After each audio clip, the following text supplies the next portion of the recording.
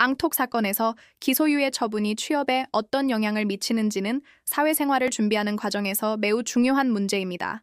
법률사무소 아신입니다. 기소유예는 범죄 혐의는 인정되지만 여러 정상참작 사유를 고려해 재판으로 넘기지 않는 처분으로 법원의 판결이 없기 때문에 전과기록부에는 남지 않습니다. 이 점 때문에 일반적인 의미에서의 전과자로 분류되지는 않습니다. 다만 형사 절차에서는 기소유예 처분도 수사 경력 자료로 일정 기간 보관됩니다. 이 자료는 일반 기업 채용 과정에서 조회되지 않는 경우가 대부분이지만 금융기관이나 공공기관, 공기업과 같이 신원조회 절차가 포함된 채용에서는 참고 자료로 활용될 가능성이 있습니다. 특히 직무의 신뢰성이 중요한 직종에서는 사건의 내용과 경위가 판단 요소로 작용할 수 있습니다. 실제 상담 과정에서는 취업을 앞두고 기소유예 처분이 문제가 되는지 걱정하는 경우가 많습니다. 중요한 것은 처분 결과 자체보다 사건의 경위와 이후 경과입니다. 초범인지 우발적인 사건인지 피해 회복이 이루어졌는지 이후 동일한 문제가 반복되지 않았는지 등이 종합적으로 고려됩니다. 같은 기소유예 처분이라도 사건의 구조와 이후 상황에 따라 평가가 달라질 수 있습니다.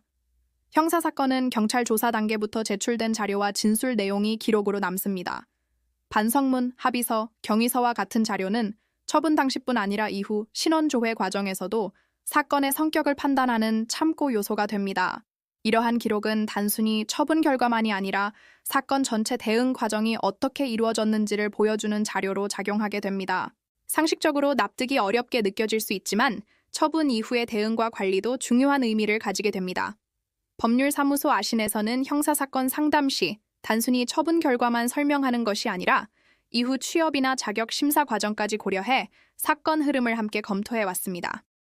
형사 절차는 처분으로 완전히 끝나는 것이 아니라 이후 사회생활과 연결되는 구조로 이어지는 경우가 많기 때문에 사건 초기부터 대응 방향을 정확히 정리하는 것이 중요합니다.